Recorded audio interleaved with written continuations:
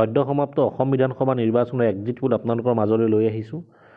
এইবাৰ বিধানসভা নিৰ্বাচনৰ ভোট গ্ৰহণৰ পাৰ্চেণ্টেজ আগৰ তুলনাত যথেষ্ট গ্ৰ' হৈছে, ভোটাৰ টাৰ্ণআউট যথেষ্ট বৃদ্ধি পাইছে। গতিকে এইটো খুব পজিটিভ কথা। আৰু অসমৰ প্ৰতিটো সমষ্টি, জিলাৰ প্ৰতিটো সমষ্টিৰ মই এক্সিট পোল আপোনালোকৰ মাজত দাঙি ধৰিছোঁ। তিনিচুকীয়া জিলাৰ প্ৰথমে তিনিচুকীয়া জিলাৰ সমষ্টিসমূহৰ এক্সিট পোল দাঙি ধৰিছোঁ। তিনিচুকীয়া জিলাৰ 6টা বিধানসভা সমষ্টি, ইয়াৰ শদিয়া, মাৰ্ঘেৰিটা আৰু ডিগবৈ তিনিটা সমষ্টিত যথেষ্ট প্ৰতিদ্বন্দ্বিতা হ'ব। বাকী ডুমডুমা, মাকুম আৰু তিনিচুকীয়া এই তিনিটা সমষ্টিত বিজেপিৰ প্ৰাৰ্থী বিজয়ী প্ৰায় সহজ হৈ উঠিব। আৰু গতিকে তিনিচুকীয়া জিলাৰ 6টা বিধানসভা সমষ্টি, 6টা বিধানসভাতে বিজেপি প্ৰাৰ্থীৰ বিজয় প্ৰায় নিশ্চিত। ইয়াৰে তিনিটা সমষ্টি কিছু প্ৰত্যাহ্বান আছে, হ'লেও 6টা সমষ্টিত বিজেপি প্ৰাৰ্থী বিজয় সম্ভাৱনা যথেষ্ট প্ৰকট। ইয়াৰে পিছত আহিছোঁ ডিব্ৰুগড় 6টা বিধানসভা সমষ্টি, ইয়াৰে খোৱাং আৰু দুলীয়াজান দুটা সমষ্টিত যথেষ্ট প্ৰতিদ্বন্দ্বিতা হ'ব। খোৱাঙত লুৰিণজ্যোতি গগৈ আৰু দুলীয়াজানত কংগ্ৰেছৰ ধ্ৰুৱ গগৈৰ লগত ৰামেশ্বৰ তেলী প্ৰতিদ্বন্দ্বিতা হৈ যথেষ্ট হ'ব। আৰু তাৰপিছত টিংখং বিমল বৰা, নাহৰকটীয়া তৰংগ গগৈ, চাবুৱা লাহল আৰু ডিব্ৰুগড় প্ৰশান্ত ফুকনৰ বিজয় প্ৰায় নিশ্চিত। গতিকে ডিব্ৰুগড় জিলাৰ 6টা বিধানসভা সমষ্টি, যিকোনো এটা বিধানসভা সমষ্টি বিৰোধী ঐক্যই পোৱাৰ সম্ভাৱনা আছে। তাৰে 5টা সমষ্টি বিজেপি জয় প্ৰায় নিশ্চিত। ইয়াৰ পিছত চৰাইদেউ সোণাৰী সমষ্টিত ধৰ্মেশ্বৰ কোঁৱৰৰ বিজয় প্ৰায় নিশ্চিত। আৰু মাহমৰা সমষ্টিটোত কিছু প্ৰতিদ্বন্দ্বিতাৰ সন্মুখীন হ'ব। এই সমষ্টিটোত সুৰুজ দিহিঙীয়া, তেওঁ 2021 চনত জাতীয় কংগ্ৰেছৰ পৰা যথেষ্ট ভোট পাবলৈ সক্ষম হৈছিলে, প্ৰায় 40,000 ওপৰত ভোট পাবলৈ সক্ষম হৈছিলে তেওঁ। আৰু এইবাৰ এই সমষ্টিটোত জ্ঞানদীপ মোহন, তেওঁ এজন যথেষ্ট শক্তিশালী প্ৰাৰ্থী, কিন্তু মাহমৰা সমষ্টিত যথেষ্ট প্ৰতিদ্বন্দ্বিতা হ'ব। কিন্তু সমষ্টিটোত সুৰুজ দিহিঙীয়া, তেওঁ এটা শক্তিশালী ভেটি আছে। গতিকে বিজেপিৰ ভেটিও সমষ্টিটোত যথেষ্ট প্ৰকট। গতিকে এই সমষ্টিটোত নিৰ্দিষ্ট ব্যৱধানত প্ৰত্যাহ্বানৰ মাজতো বিজেপি প্ৰাৰ্থীজন বিজয়ী হৈ অহাৰ সম্ভাৱনা যথেষ্ট। এইবাৰ শিৱসাগৰ সমষ্টি, শিৱসাগৰ জিলাৰ শিৱসাগৰ সমষ্টিত ত্ৰিকোণীয়া প্ৰতিদ্বন্দ্বিতা হৈছে। কুশল দেউৰীৰ মাজত মেইন যুঁজখন হ'ব এইবাৰ। আৰু ত্ৰিকোণীয়া প্ৰতিদ্বন্দ্বিতাৰ মাজত প্ৰায় 2 লাখ ভোটাৰ থকা সমষ্টিটোত ৰাইজৰ দলৰ প্ৰাৰ্থী অখিল গগৈ খুব কম ভোটৰ ব্যৱধানত বিজয়ী হোৱাৰ সম্ভাৱনা আছে। কিন্তু ডিমৌ সমষ্টিটোত সুশান্ত বৰগোহাঁই বিজয়ী প্ৰায় নিশ্চিত। ইয়াৰ পিছত নাজিৰা সমষ্টিটোৰ প্ৰেক্ষাপট সলনি হোৱাৰ সম্ভাৱনা আছে। এই সমষ্টিটোত বিজেপি প্ৰাৰ্থী ময়ূৰ বৰগোহাঁই বিজয়ী হৈ যোৱাৰ সম্ভাৱনা যথেষ্ট। গতিকে শিৱসাগৰ জিলাৰ 3টা বিধানসভা সমষ্টি 2টা বিজেপিৰ পক্ষত আৰু এটা সমষ্টি বিৰোধী ঐক্যৰ পক্ষত। যোৰহাট জিলাৰ মাজুলী সমষ্টিটো প্ৰায় বিজেপি প্ৰাৰ্থী বিজয়ী প্ৰায় নিশ্চিত। এই হ'লেও সমষ্টিটো প্ৰতিদ্বন্দ্বিতা হ'ব, কিন্তু বিজেপিৰ বিজয়ী প্ৰায় নিশ্চিত। কিন্তু যোৰহাটৰ 4টা বিধানসভা সমষ্টি একাদিক্ৰমে তিয়ক 50-50, পল্লৱী গগৈ আৰু এজিপি প্ৰাৰ্থী বিকাশ শইকীয়াৰ মাজত। যোৰহাটতো 50-50 প্ৰায় বহুত টাইট এখন ফাইট হ'ব গৌৰৱ গগৈ আৰু বিজেপি প্ৰাৰ্থীৰ মাজত। মৰিয়নিত ৰাইজৰ দলৰ আৰু জ্ঞানশ্ৰী বৰা আৰু ৰূপজ্যোতিৰ মাজত যথেষ্ট ফাইট হ'ব। কিন্তু তাৰ মাজত তিতাবৰ সমষ্টিত ত্ৰিকোণীয়া প্ৰতিদ্বন্দ্বিতাৰ মাজত এই সমষ্টিটোত ধীৰাজ গোৱালা বিজয় হৈ যোৱাৰ এইবাৰ সম্ভাৱনা আছে। তিতাবৰ সমষ্টিটো এইবাৰ বিজেপিৰ পক্ষত যাৰ যথেষ্ট সম্ভাৱনা আছে। গতিকে যোৰহাটৰ 5টা বিধানসভা, যোৰহাট মাজুলীৰ 5টা বিধানসভা সমষ্টি 3টা বিজেপিৰ পক্ষে আৰু 2টা ভাৰতীয় জাতীয় কংগ্ৰেছৰ পক্ষে যোৱাৰ সম্ভাৱনা আছে, মানে বিৰোধী ঐক্যৰ পক্ষে যোৱাৰ সম্ভাৱনা আছে। গোলাঘাট জিলাৰ 5টা বিধানসভা সমষ্টি একাদিক্ৰমে দেৰগাঁও, খুমটাই, গোলাঘাট, সৰুপথাৰ আৰু বোকাঘাট। গতিকে বোকাঘাটৰ সমষ্টিটো এজিপিৰ প্ৰাৰ্থী অতুল বৰাৰ বিজয় 100% নিশ্চিত। ঠিক তেনেদৰে দেৰগাঁও সমষ্টিটোত বিজেপিৰ প্ৰাৰ্থী মৃদুল দত্তৰ বিজয় 100% নিশ্চিত। ইয়াৰ পিছত সৰুপথাৰ সমষ্টিটোত জাতীয় পৰিষদে প্ৰাৰ্থী প্ৰক্ষেপ কৰিছে। ইয়াত যথেষ্ট প্ৰতিদ্বন্দ্বিতা হ'ব, কিন্তু তাৰ মাজতো বিশ্বজিৎ ফুকন বিজয় হৈ আহিব। গোলাঘাটতো যথেষ্ট প্ৰতিদ্বন্দ্বিতা হ'ব। গতিকে গোলাঘাট জিলাৰ 5টা বিধানসভা সমষ্টি, 5টা বিধানসভা সমষ্টি ভাৰতীয় জনতা পাৰ্টীৰ পক্ষে থাকিব। ইয়াৰ পিছত নগাঁও বিধানসভা সমষ্টিত নগাঁও জিলাৰ 7টা বিধানসভা সমষ্টি, ইয়াৰ ধিং, ৰূপহী, চামগুৰি, আৰু বহমপুৰ এই 4টা সমষ্টিত যথেষ্ট প্ৰতিদ্বন্দ্বিতা হ'ব আৰু এই 4টা সমষ্টি বিৰোধী ঐক্যৰ পক্ষে যোৱাৰ সম্ভাৱনা আছে। কিন্তু চামগুৰি, নগাঁও বত্ৰদুৱাৰ, ৰহা আৰু কলিয়াবৰ এজিপি পক্ষে, বাকী 2টা সমষ্টি নগাঁও বত্ৰদুৱাৰ আৰু ৰহা বিজেপি পক্ষে যোৱাৰ সম্ভাৱনা আছে। গতিকে নগাঁৱত 4টা সমষ্টি বিৰোধী ঐক্যৰ পক্ষে, 3টা সমষ্টি বিজেপিৰ পক্ষে যোৱাৰ সম্ভাৱনা যথেষ্ট। গতিকে এয়া হৈছে নগাঁও জিলাৰ ৰাজনৈতিক প্ৰেক্ষাপট। ইয়াৰ পিছত হোজাই জিলাত 3টা সমষ্টিৰ অন্তৰ্গত ইয়াৰে বিন্নাকানি সমষ্টিটোত জাতীয় পৰিষদৰ প্ৰাৰ্থী আৰু বদৰুদ্দিন আজমলৰ মাজত UDFৰ যথেষ্ট প্ৰতিদ্বন্দ্বিতা হ'ব সমষ্টিটোত। আৰু এই সমষ্টিটোত UDFৰ প্ৰাৰ্থী বদৰুদ্দিন আজমল বিজয়ী হোৱাৰ সম্ভাৱনা আছে।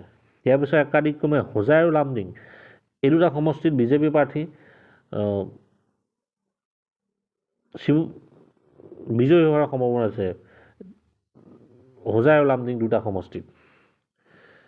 গতিকে হোজাই জিলাৰ 3টা সমষ্টি 2টা বিজেপিৰ পক্ষে, এটা UDFৰ পক্ষে যোৱাৰ সম্ভাৱনা যথেষ্ট। ইয়াৰ পিছলৈ ধুবুৰী জিলা 5টা বিধানসভা সমষ্টিৰ অন্তৰ্গত। গতিকে ধুবুৰী জিলা এবাৰ গোলকগঞ্জ সমষ্টিটোত 2016 চনৰ বিজেপি প্ৰাৰ্থী বিজয়ী হ'বলৈ সক্ষম হৈছিলে। গতিকে এইবাৰো অশ্বিনী ৰয় চৰকাৰ তেওঁ বিজয়ী হোৱাৰ সম্ভাৱনা যথেষ্ট আছে। গতিকে ধুবুৰী জিলা এটা সমষ্টি বিজেপিৰ পক্ষে, বাকী 3টা কংগ্ৰেছৰ পক্ষে আৰু এটা সমষ্টি UDFৰ পক্ষে। গতিকে ধুবুৰী, বিৰচিং জুৰি আৰু বিলাচীপাৰা 3টা সমষ্টিত কংগ্ৰেছৰ প্ৰাৰ্থী বিজয়ীৰ সম্ভাৱনা আছে আৰু এটা চিটত UDF সমষ্টিৰ প্ৰাৰ্থী বিজয়ীৰ সম্ভাৱনা আছে। এই সমষ্টিটো হৈছে গৌৰীপুৰ। গতিকে ধুবুৰী জিলা 5টা বিধানসভা সমষ্টিত 3টা কংগ্ৰেছৰ পক্ষে, এটা বিজেপিৰ পক্ষে, এটা UDFৰ পক্ষে যোৱাৰ সম্ভাৱনা আছে। ইয়াৰ পিছত জিলাখন হ'ল গোৱালপাৰা জিলা 4টা বিধানসভা সমষ্টিৰ অন্তৰ্গত। ইয়াৰে জলচৰ সমষ্টিটো ভাৰতীয় জনতা পাৰ্টি জাতীয় কংগ্ৰেছৰ পক্ষে যোৱাৰ সম্ভাৱনা আছে। ইয়াৰে গোৱালপাৰা ৱেষ্ট আৰু দুধনৈ সমষ্টি এই 2টা সমষ্টি SC ৰিজাৰ্ভেশ্যন সমষ্টি, এই 2টা সমষ্টি বিজেপিৰ পক্ষে যোৱাৰ সম্ভাৱনা আছে। গোৱালপাৰা ইষ্ট সমষ্টিটোত AJPৰ প্ৰাৰ্থী জন বিজয়ী হোৱাৰ যথেষ্ট সম্ভাৱনা আছে, ৰহিম জিব্ৰাম তেওঁ। গতিকে গোৱালপাৰা 4টা বিধানসভা সমষ্টি 3টা বিজেপিৰ পক্ষে, বিজেপিৰ মিত্ৰজোঁটে এটা বিৰোধী ঐক্য পক্ষে যোৱাৰ সম্ভাৱনা আছে। গতিকে ডিলিমিটেশ্যনৰ পিছত গোৱালপাৰা সমষ্টিৰ প্ৰেক্ষাপট যথেষ্ট সলনি হ'ব আৰু গোৱালপাৰাত এইবাৰ বিজেপিৰ মিত্ৰজোঁটে 3টা সমষ্টি পাবলৈ সক্ষম হ'ব। ই এক ৰাজনৈতিক চমকপ্ৰদ দেখাবলৈ সক্ষম হ'ব গোৱালপাৰাত।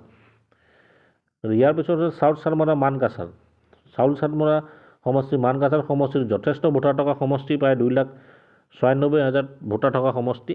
গতিকে এই সমষ্টিটোত এইবাৰ UDF, AJP আৰু জাতীয় কংগ্ৰেছৰ মাজত প্ৰতিদ্বন্দ্বিতা হৈছে আৰু এই সমষ্টিটোত ভাৰতীয় জাতীয় কংগ্ৰেছৰ প্ৰাৰ্থী মহিবুৰ ৰহমান তেওঁ বিজয়ী হোৱাৰ সম্ভাৱনা যথেষ্ট। গতিকে মানকাছাৰ সমষ্টিটো ভাৰতীয় জাতীয় কংগ্ৰেছৰ পক্ষে যোৱাৰ সম্ভাৱনা যথেষ্ট। ইয়াৰ পিছৰ সমষ্টি হৈছে বঙাইগাঁও এটা খুব গুৰুত্বপূৰ্ণ সমষ্টি। গতিকে বঙাইগাঁও সমষ্টিটো দীপ্তিময় চৌধুৰী বিজয়ী প্ৰায় নিশ্চিত। এই সমষ্টিটো অগপৰ পক্ষে যাব। গতিকে বিজেপিৰ মিত্ৰজোঁটে এই সমষ্টিটো লাভ কৰিব। ইয়াৰ উপৰিও অভয়াপুৰী সমষ্টিটো এটা খুব গুৰুত্বপূৰ্ণ সমষ্টি। ভূপেন্দ্ৰ এই সমষ্টিটোৰ পৰা প্ৰতিদ্বন্দ্বিতা কৰিছে। তেওঁ সদ্য বিজেপি জইন কৰিছে কিছুদিনৰ আগত AJPৰ পৰা। গতিকে তেওঁ এই সমষ্টিটোত বিজয়ী প্ৰায় নিশ্চিত। ইয়াৰ পিছত সৃজনগাম সমষ্টিটো এটা খুব প্ৰতিদ্বন্দ্বিতা হ'ব এই সমষ্টিটোত। আমচুৰ সদ্য প্ৰাক্তন সভাপতি ৰেজাউল কৰিম চৰকাৰ আৰু কংগ্ৰেছৰ মাজত প্ৰতিদ্বন্দ্বিতা হ'ব। কিন্তু সৃজনগাঁও সমষ্টিটো কংগ্ৰেছৰ প্ৰাৰ্থী বিজয়ী হোৱাৰ সম্ভাৱনা আছে। গতিকে বঙাইগাঁও 3টা সমষ্টি, 2টাত বিজেপি আৰু এটাত বিৰোধী ঐক্য বিজয়ী হোৱাৰ সম্ভাৱনা আছে। ইয়াৰ পিছত বৰপেটা সমষ্টি 4টা বিধানসভা সমষ্টি, 4টাত এটা সমষ্টিত বিৰোধী ঐক্য প্ৰাৰ্থী বিজয়ী প্ৰায় নিশ্চিত হ'ল, AJPৰ প্ৰাৰ্থী বৰপেটাত। বাকী চেঙা সমষ্টিটোত UDF, মন্দিয়া আৰু পাকাবেতবাৰী সমষ্টি 2টা সমষ্টিত কংগ্ৰেছৰ পক্ষে যোৱাৰ সম্ভাৱনা আছে।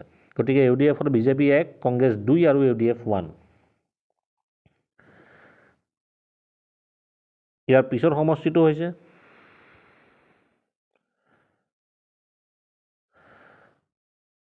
নলবাৰী বজালী। গতিকে বজালী সমষ্টিটো বিৰোধী AGPৰ পক্ষে যোৱাৰ সম্ভাৱনা আছে আৰু ভৱানীপুৰ সৰভোগ সমষ্টিটো মনোৰঞ্জন তালুকদাৰ বিজয়ী হৈ যোৱাৰ সম্ভাৱনা আছে বিৰোধী ঐক্যৰ। ইয়াৰ পিছত নলবাৰী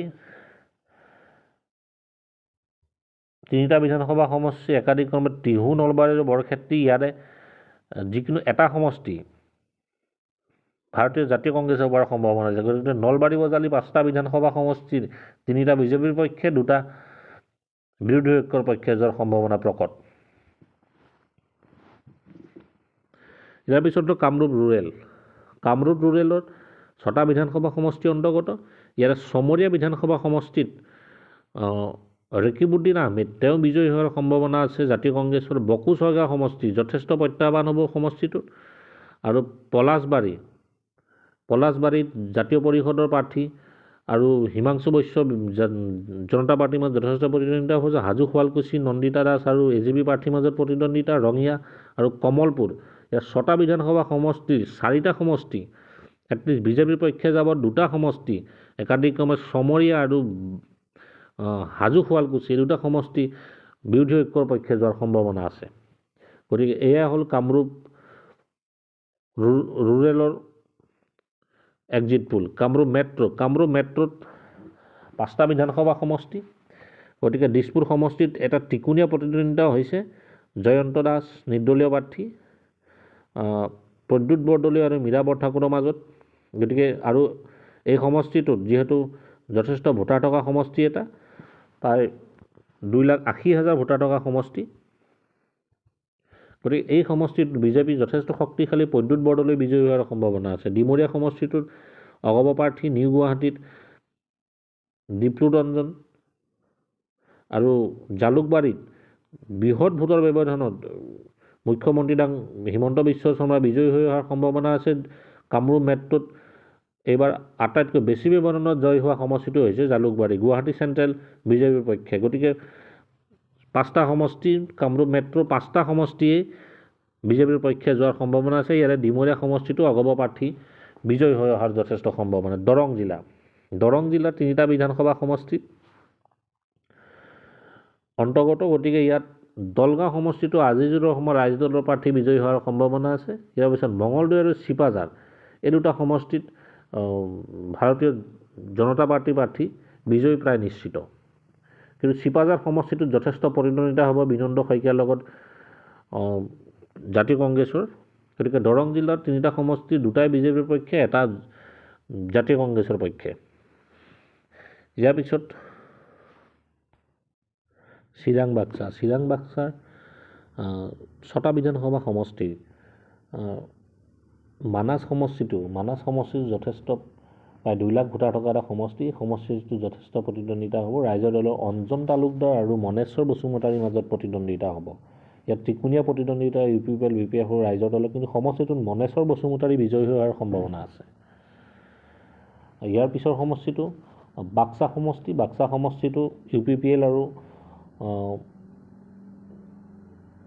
BPFৰ মাজত প্ৰতিদ্বন্দ্বিতা হ'ব। সমষ্টিটোত BPFৰ প্ৰাৰ্থী বিজয়ী হোৱাৰ সম্ভাৱনা। ইয়াৰ পিছত তামোলপুৰ সমষ্টিটোত 2 প্ৰতিদ্বন্দ্বী প্ৰমোদ বড়ো আৰু বিজেপিৰ পৰা ৰঞ্জন দৈমাৰী, বিশ্বজিৎ দৈমাৰী। গতিকে এই সমষ্টিটোত তুমুল প্ৰতিদ্বন্দ্বিতা হ'ব। UPPLৰ প্ৰাৰ্থী প্ৰমোদ বড়ো বিজয়ী হোৱাৰ সম্ভাৱনা আছে। কিন্তু এইবাৰ গুৰেশ্বৰ সমষ্টিত ভিক্টৰ দাস বিজয়ী হোৱাৰ সম্ভাৱনা আছে। UPPৰ লগত প্ৰতিদ্বন্দ্বিতা হ'ব। ভিক্টৰ দাস বিজেপিৰ পৰা বিজয়ী হোৱাৰ সম্ভাৱনা আছে। চিডলি সমষ্টিত BPF আৰু বিজনী সমষ্টি বিজেপি অৰুপ কুমাৰ দে। গতিকে 6টা সমষ্টিত 5টা সমষ্টি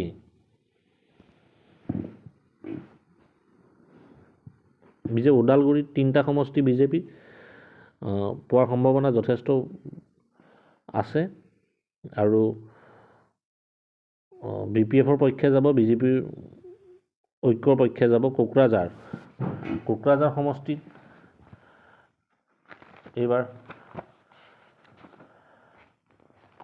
কোকৰাঝাৰ BPF শেৱালী মহিলাৰী, ততমা BPF, পৰ্বতজোৰা সমষ্টিটোত যথেষ্ট প্ৰতিদ্বন্দ্বিতা হ'ব। গোসাইগাঁও সমষ্টিটো UPPL পৰা সম্ভাৱনা আছে।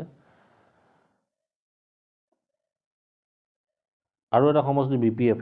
গতিকে কোকৰাঝাৰৰ 3টা সমষ্টি বিজেপিৰ ঐক্যৰ পক্ষে আৰু এটা সমষ্টি বিৰোধী ঐক্যৰ পৰা সম্ভাৱনা আছে।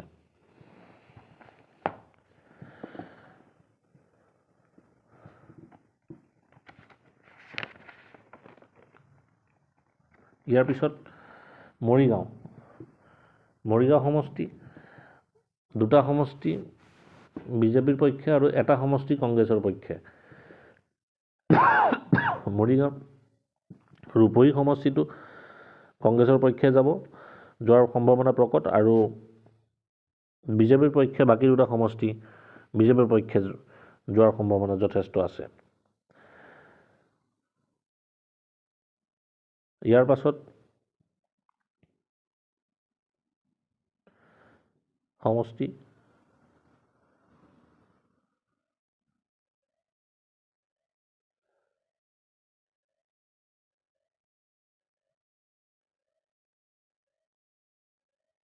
শোণিতপুৰ সমষ্টি 4টা সমষ্টি বিজেপিৰ পক্ষে আৰু বৰচলা সমষ্টি জাতীয় কংগ্ৰেছৰ পৰা সম্ভাৱনা আছে। গতিকে এয়াই হ'ল শোণিতপুৰ সমষ্টিৰ ৰাজনৈতিক এক্সিট পোল।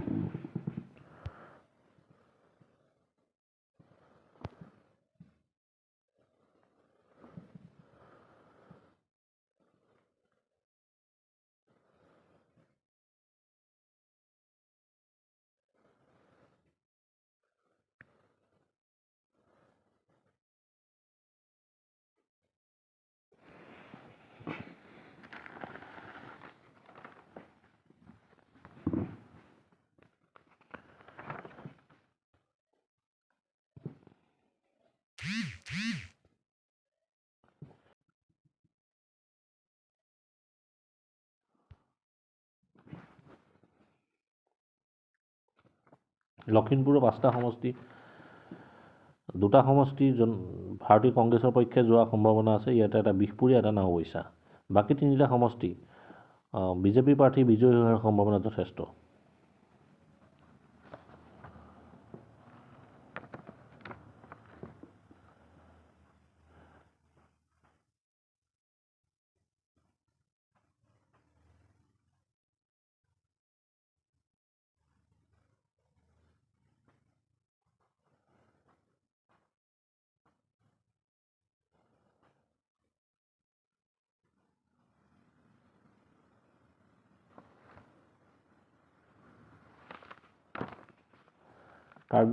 কাৰ্বি আংলঙৰ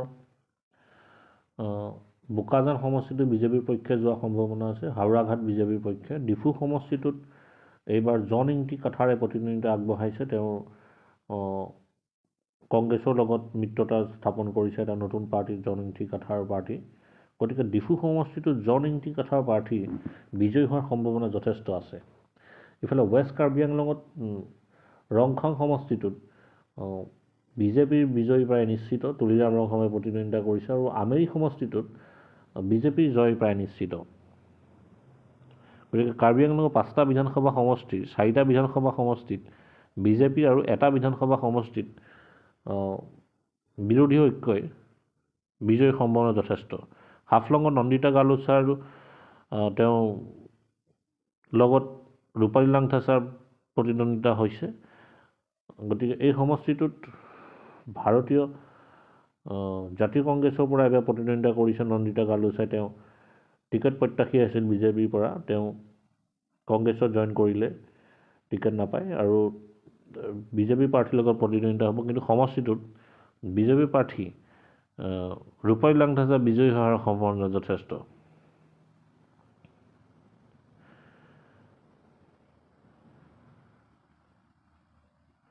ইয়াৰ পাছৰ সমষ্টিটো জিলা হ'ল কাছাৰ জিলা। কাছাৰ জিলাত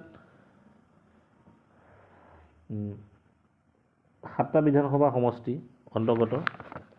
গতিকে কাছাৰত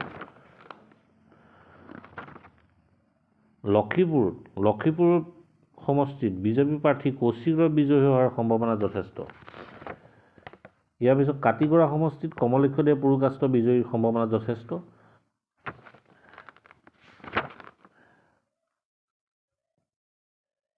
উদাৰবন সমষ্টি ৰাজদীপ গোৱালা প্ৰাৰ্থিত্ব পাই বিজয়ী সম্ভাৱনা যথেষ্ট আছে। বৰখলাত কিশোৰনাথ, শিলচৰৰ ৰাজদীপ ৰয়, ধলাইত বিজেপিৰ অমিয় কান্তি দাস আৰু সোণাই সমষ্টিত যথেষ্ট প্ৰতিদ্বন্দ্বিতা হ'ব আমিনুল লস্কৰ আৰু কৰিমুদ্দিন বৰভূঞাৰ মাজত এজিপি। কিন্তু সমষ্টিটো আমিনুল লস্কৰ জিকি অহাৰ সম্ভাৱনা যথেষ্ট আছে। গতিকে ইয়াৰ 7টা সমষ্টি 6টা সমষ্টি বিজেপিৰ পক্ষে বা কৰিমগঞ্জৰ 3টা সমষ্টি বিজেপিৰ পক্ষে, 1টা সমষ্টি কংগ্ৰেছৰ পক্ষে যোৱাৰ সম্ভাৱনা আছে। Karimganj north BJP, Karimganj south জাতীয় কংগ্ৰেছ, পাথাৰকান্দি বিজেপিৰ কৃষ্ণান্দু পল আৰু ৰামকৃষ্ণ নগৰ সমষ্টি বিজয় মালাকাৰ বিজয়ী হোৱাৰ সম্ভাৱনা আছে। গতিকে 4টা সমষ্টিত 3টা বিজেপি, 1টা জনতা পাৰ্টি জাতীয় কংগ্ৰেছৰ হোৱাৰ সম্ভাৱনা যথেষ্ট। আনহাতে একেবাৰে শেষৰ জিলা হ'ল হাইলাকান্দিত 1টা চিট বিজেপিৰ পক্ষে যোৱাৰ সম্ভাৱনা আছে আৰু 1টা চিট জনতা পাৰ্টিৰ পক্ষে যোৱাৰ সম্ভাৱনা আছে। আলগাপুৰ কাটলিচৰা সমষ্টিটোত ত্ৰিকোণীয়া প্ৰতিদ্বন্দ্বিতা হ'ব। সমষ্টিটোত জুবেৰ আলম জাতীয় কংগ্ৰেছৰ পৰা বিজয়ী হোৱাৰ সম্ভাৱনা যথেষ্ট আছে। ইয়াৰ আনটো সমষ্টি হ'ল হাইলাকান্দিত বিজেপিৰ প্ৰাৰ্থী ৰাহুল ৰয় জাতীয় কংগ্ৰেছৰ পৰা ৰাহুল ৰয়ে প্ৰতিদ্বন্দ্বিতা কৰিছে আৰু বিজেপিৰ প্ৰাৰ্থী মিলন দাসৰ বিজয়ী সম্ভাৱনা যথেষ্ট আছে। গতিকে এয়াই হ'ল ৰাজনৈতিক সমীকৰণ। বিজেপি মিত্ৰজোঁটে 89,